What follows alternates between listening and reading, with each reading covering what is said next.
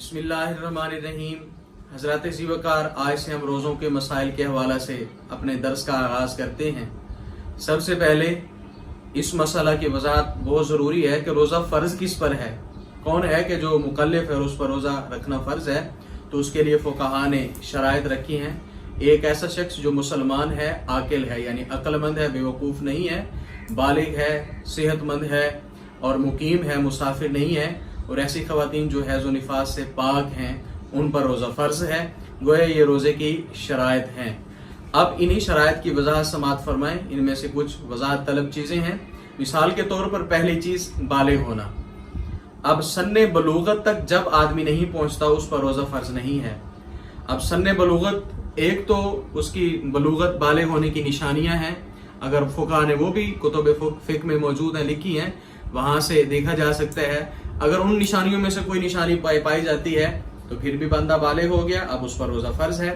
اور اسی طریقہ سے اگر کوئی نشانی موجود نہیں ہے، فقہاء پھر فرماتے ہیں کہ 15 سال کی عمر کو جب کوئی شخص پہنچ جائے تو اب اس پر روزہ فرض ہو جاتا ہے، عبادات فرض ہو جاتی ہیں۔ تو بالغ ہونے کے لیے 15 سال کے بعد جو ہے نا وہ اس پر روزہ فرض ہو جائے گا، اس سے پہلے روزہ فرض نہیں ہے۔ ہاں، اگر اس سے پہلے عمر تھوڑی ہے لیکن کوئی بالغ ہونے کی نشانی پائی جا رہی ہے، بعض آب و ہوا جو ہے وہ انسانی جسمانی کیفیت پر اثر انداز ہوتی ہیں، بعض علاقے گرم ہوتے ہیں وہاں پر، اور بعض خوراکیں ایسی ہیں جس کی وجہ سے بچہ جلدی بالغ ہو جاتا ہے۔ تو اگر 15 سال تک کوئی نشانی نہیں ہے تو پھر 15 سال میں بالغ ہوگا، اور اگر اس سے پہلے کوئی آثار یا کوئی نشانیاں آ گئی ہیں جو بلوغت کی نشانیاں کہلاتی ہیں تو پھر روزہ فرض ہو جائے گا۔ اسی طریقہ سے تندرست ہونا بھی روزے کی شرائط میں سے ہے۔ ایک شخص جو بیمار ہے اور وہ بیماری اس حد تک پہنچ گئی ہے کہ کوئی مستند مذہبی سوچ رکھنے والا ڈاکٹر، شومی قسمت ہم اسلامی جمہوریہ پاکستان میں رہنے والے ہیں اور یہاں پر بھی ہم بغیر کسی عذر کے روزے چھوڑنے والے لوگ کثرت سے پائے جاتے ہیں۔ تو ایک ایسا ڈاکٹر معذرت کے ساتھ جو خود ہی اتنا لاپرواہ ہو کہ بغیر کسی عذر کے روزہ چھوڑ رہا ہے تو وہ کسی کو کیا کہے گا، کیسے کہے گا کہ جناب اب آپ روزہ رکھیں، آپ کے لیے ضروری ہے۔ تو ایک ایسا مذہبی سوچ رکھنے والا جس کو احساس ہو کہ روزہ کتنا لازم اور ضروری ہے، اگر وہ ریکمینڈ کر دے کہ جناب آپ کی بیماری اس حد تک پہنچ گئی ہے، اگر آپ روزہ رکھتے ہیں تو آپ کی جان کو خطرہ ہے یا مرض بڑھ جانے کا اندیشہ ہے، تو ایسے ڈاکٹر کی ریکمینڈیشن پر، اس کی ہدایت پر روزہ چھوڑا جا سکتا ہے۔ ایک بات یہاں پر اور بھی وضاحت طلب ہے، یہ بیماری کی تشخیص کرنا کسی عالم دین، مفتی یا فقیہ کا کام نہیں ہے۔ بیماری کی تشخیص کرنا ڈاکٹر کا کام ہے۔ اب اس کے بعد، اس تشخیص کے بعد اب شرعی مسئلے کی تجویز دینا یہ مفتی یا عالم کا کام ہے۔ جیسے یہاں پر ایک اور مثال بھی ذہن میں آ رہی ہے، وہ بھی سماعت فرما لیں۔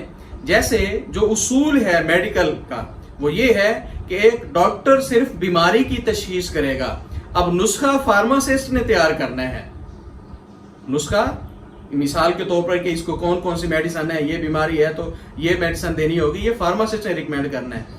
اسی طریقہ سے ڈاکٹر نے یہ کہنا ہے، ریکمینڈ کرنا ہے کہ جناب آپ کو یہ بیماری اتنی حد تک پہنچ چکی ہے، اب آپ روزہ رکھنے کے قابل نہیں ہیں۔ اب اس کے بعد جو عالم یا مفتی ہے وہ رخصت دے گا، جی اب آپ روزہ نہ رکھیں کیونکہ آپ کی بیماری اس حالت تک ہے۔